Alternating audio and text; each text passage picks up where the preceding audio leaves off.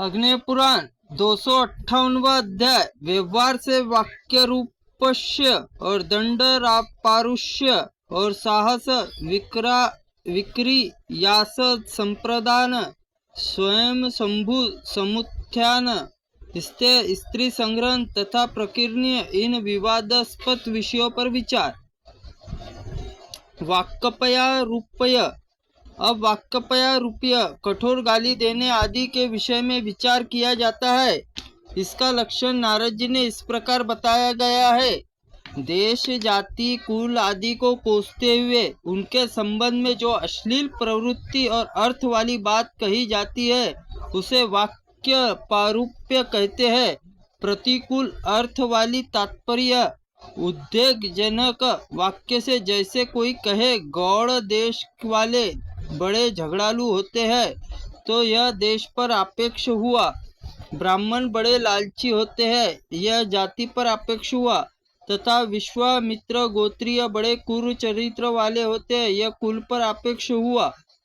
वाक्य रूप्य यह 3 प्रकार के होते हैं, निष्ठुर, अश्लील और तीव्र। इनका दंड भी उत्तरोत्तर भारी होता है। आपेक्ष वचन निष्ठुर कहते हैं, जिसमें अभद्र बात कही जाती है वह अश्लील है। जिससे किसी पर पात होने का आरोप लगाए वह तीव्र है। और जैसे किसी को तू मूर्ख है, मौढ़ है, धिक्कार है, यह शास्त्रिक वचन निष्ठुर है, कोटि में आता है। किसी माँ बहन की गाली के लिए निकालना अश्लील। और किसी को किसी के रूप में तू शराबी है, गुरु पत्नी गामिनी, ऐसा कटु वचन तीव्र कहा गया है। इस प्रकार के वाक्यापारूप्य यह अपराधों में दंडनीय विधान किया गया। इसको यहाँ विचार है। जो न्यूनता लंगड़े लूले आदि न्यून केंद्रीय अंधे बहरे या रोगी दूषित चर्म वाले कोढ़ी उन पर सत्य वचन असत्य वचन अथवा अन्यथा स्तुति द्वारा कोई भी आपेक्ष करे तो राजा उस पर 12.5 पर्ण दंड लगाए। इसी पर महोदय की दोनों आंखें नहीं है, इसलिए लोग अंधा कहते हैं। यह सत्य वचन आपेक्ष हुआ, पर इसकी आंखें तो सही सलामत है, फिर भी लोग इसे अंधा कहते हैं। असत्य वचन आपेक्ष हुआ। तुम विकृतिकार होने पर भी दर्शनीय हो गए हो, अन्यथा स्तुति है। जो मनुष्य किसी पर आपेक्ष करता है वह इस प्रकार कहे कि मैं तेरी बहन से तेरी माँ से समागम करूंगा, तो उस राजा पर उसमें 25 पर्ण अर्थदंड लगाए। गाली देने वाला अपेक्ष गाली पाने वाला अधम है तो उसको गाली देने का अपराध श्रेष्ठ पुरुष पर उस दंड आधा लगाए। पराई स्त्री और उच्च जाति वाले को अधम गाली दे तो उसे ऊपर पूर्वोत्तर दंड दुगना लगाया जाना चाहिए। वर्ण जाति लघुता श्रेष्ठता देखकर राजा दंड व्यवस्था करे। वर्णों के प्रतिलोभ्यवाद में अर्थात निम्न वर्ष पुरुष में उच्च वर्ग पुरुष में आपेक्ष में दुगने और तिगने दंड का विधान है। जैसे ब्राह्मण कटु वचन सुनने वाले क्षत्रिय पर पूर्वोत्तर द्विगुण दंड और 50 पन से दुगने दंड 100 पन लगाए जाना चाहिए। वही अपराध करने वाले वैश्य त्युगने अर्थात 150 पन गुने लगाए।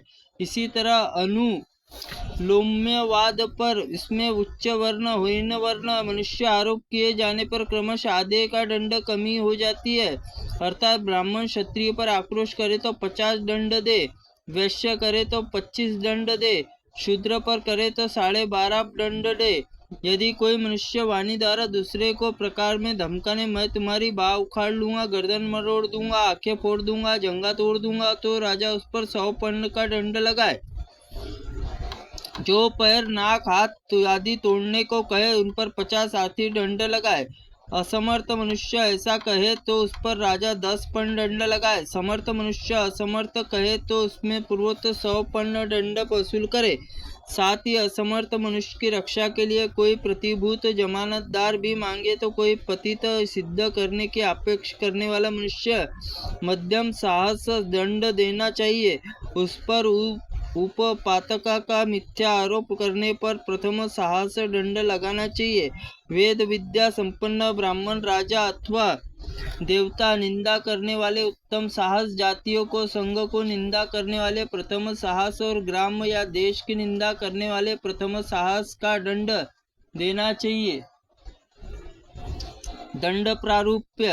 अब दंड प्रारूप्य प्रस्तुत किया है। नारद जी के कथन अनुसार उसका स्वरूप इस प्रकार है। दूसरों के शरीर पर अथवा उसके स्थावर जगम वस्तुओं को हाथ पैर अस्त्र शस्त्र तथा पत्थर आदि से चोट पहुंचाई जाती है। उस राख को धूल मूल आदि मूत्र फेंक कर उसके मन में दुख उत्पन्न किया जाता है और दोनों ही प्रकार में दंड प्रारूप कहलाता है। उसमें 3 कारण बताए। अवगोरन मारने के लिए उद्योग, निसंतापातक निष्ठुरता से नीचे गिराना और शत दर्शन रक्त निकाल देना। इन तीनों ही द्वारा हीन द्रव्य पर, मध्य द्रव्य पर, उत्तम द्रव्य पर आक्रमण होता है। उसको दृष्टि रखकर दंड प्रारूप 3 भेद किए जाते हैं। दंड प्रारूप निर्णय करके उसके लिए अपराधी दंड दिया जाता है। उसके स्वरूप में संदेह होने पर निर्णय कारण बता रहे हैं।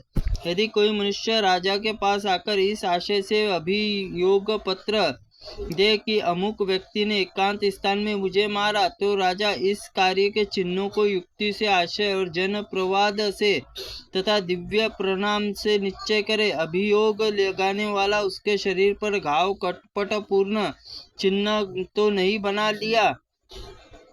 इस संदेह के कारण परीक्षण छानबीन आवश्यक है। दूसरों के ऊपर राख कीचड़ धूल फेंकने वाले, 10 पन अपवित्र वस्तु थूक डालने वाले अथवा उनके पैरों पर एड़ी को छुआ देने वाले पर राजा 20 पन दंड लगाए। यह दंड समान वर्णों के प्रति ऐसा अपराध करने वालों के लिए बताया गया है। पराई स्त्री अपने उत्तम वर्ण वाले पुरुषों के प्रति पूर्वोत्तर व्यवहार करने पर मनुष्य दूने दंड का भागी होता है। अपने हीन वर्ण वाले प्रति लोग ऐसा व्यवहार करने मनुष्य आधा दंड पाने का अधिकार होता है। यदि कोई मोह मद के वशीभूत होकर नशे में, मोह में अपराध करके वशीभूत होकर नशे में ऐसा अपराध कर बैठते हैं तो उसे दंड नहीं देना चाहिए। ब्राह्मणेतर मनुष्य जिस अंग से ब्राह्मण को पीड़ा दे, मारे पीटे, उसका अंग छेदन कर देने योग्य है। ब्राह्मण वध के लिए शस्त्र उठा लेने पर पुरुष प्रथम साहस दंड मिलना चाहिए। यदि उसके मारने की इच्छा शस्त्र आदि से स्पर्श मात्र से प्रथम साहस आधे दंड के दंडित करना चाहिए। अपने समान जाति वाले मनुष्य को मारने के हाथ उठाने वाले को 10 पन, लात उठाने वाले को 20 पन और दूसरे का वध के लिए शस्त्र उठाने पर सभी वर्ण के लोगों को मध्यम साहस दंड देना चाहिए। किसी के पैर, केश, वस्त्र, हाथ इनमें से कोई भी पकड़कर खींचने, झटका देने पर अपराधी 10 पन दंड लगाए। इसी तरह दूसरों के कपड़े लपेटकर जोर जोर से दबाने, घसीटने, पैरों से आघात करने, आक्रमण 100 पन वसूल करे। किसी लाठी के आदि ऐसा प्रहार करे तो दुख हो तो किंतु शरीर से रक्त न निकले तो उसे मनुष्य 32 पन दंड लगाए। उसी प्रहार से रक्त निकल आवे तो अपराधी से दूना 64 पन दंड लगाए ना चाहिए। किसी के हाथ पर अथवा दांत तोड़ने, नाक काटने अथवा घाव कुचल देने पर मारकर मृतक तुल्य बना देने वाले पर सहसा 500 पन दंड लगाए। किसी की चेष्टा, भोजन, वाणी रोकने, आँख जिह्वा फोड़ने पर छेदन व कंधा, भुजा और जंगा तोड़ने वाले पर मध्य साहस पन दंड देना चाहिए।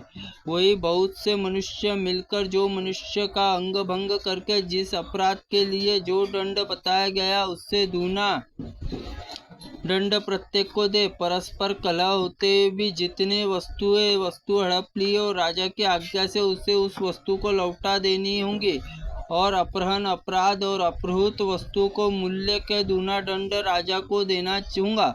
मनुष्य किसी भी प्रहार करके उसे घायल कर दे अथवा उसके घाव भरने तक स्वस्थ होने पर औषध, पथ्य, चिकित्सा जितना व्यय हो उतना भार वहन करे।